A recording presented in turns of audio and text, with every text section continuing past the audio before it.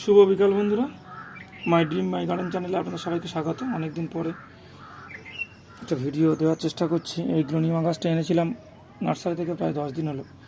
সময়ের অভাবে আরে ভালো সুদৃশ্য টব ছিল না বলে গাছটা রিপোর্ট করা হয়নি। তো আজকে মিশো থেকে এটা এসছে। দাম নিয়েছে 333 টাকা। 6 ইঞ্চি, পুরো 6 ইঞ্চি পটটা কিন্তু বেশ সুন্দর। তো এটাতে আজকে বসাবো।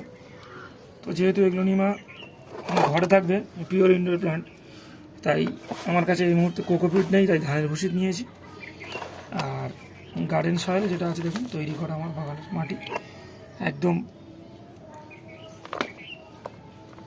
বাড়িতে তৈরি গোবর সার। আর সঙ্গে এই যে আমার নিমখোল, অল্প পরিমাণে নিমখোল দিয়ে দেবো। নিমখোলের পরে দেবো হাড়গুঁড়ো। এই হাড়গুঁড়ো আপনারা নাও ব্যবহার করতে পারেন। এটা কেনা হাড়গুঁড়ো, বড্ড গন্ধ হয়। আপনার ডিমের খোসা গুঁড়ো করে নিতে পারেন। শিংকুচি না দিলেও চলে, তবে যেহেতু আছে বারবার তো সার দেবো না, অল্প একটু শিংকুচি দিয়ে দিলাম, ব্যাস এটুকুই। নিয়ে এবারে মাটি মিক্সড করে নেব।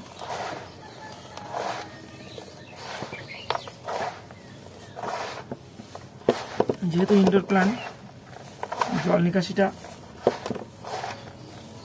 ঠিকঠাক রাখার জন্য আমি এই ভুষের পরিমাণটা একটু বেশি নিয়েছি, মাটি কম নিয়েছি, গোবর সার একটু বেশি নিয়েছি।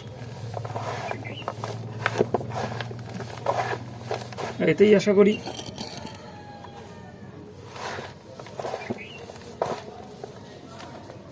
গাছটা খুব সুন্দর গ্রো করবে।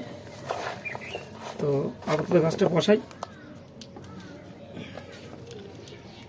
কালকে জল দিয়েছিলাম, কালকে না মানে সকালের দিকে জল দিয়েছিলাম বলে গাছটার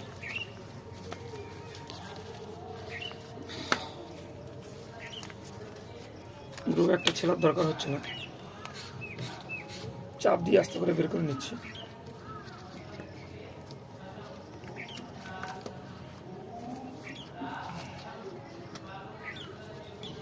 তো দেখুন আমার গ্রো ব্যাগ থেকে সুন্দরভাবে গাছটা বেরিয়ে এসেছে। এবার যেটা করব,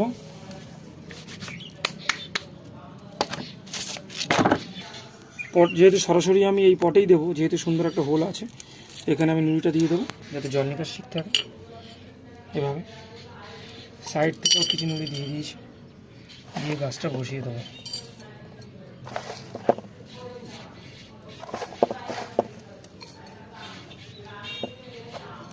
মোটামুটি এই হাইটেই রাখবো গাছটা।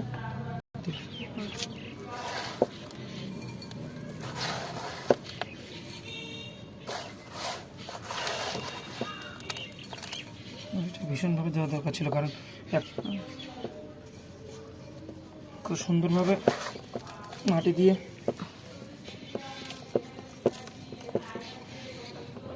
ফিল আপ করে দিয়েছি সাইডগুলো, একটু সাইড দিয়ে যাতে কোথাও মাটি ফাঁকা না থাকে, সুন্দরভাবে ফিল করে দিতে হবে।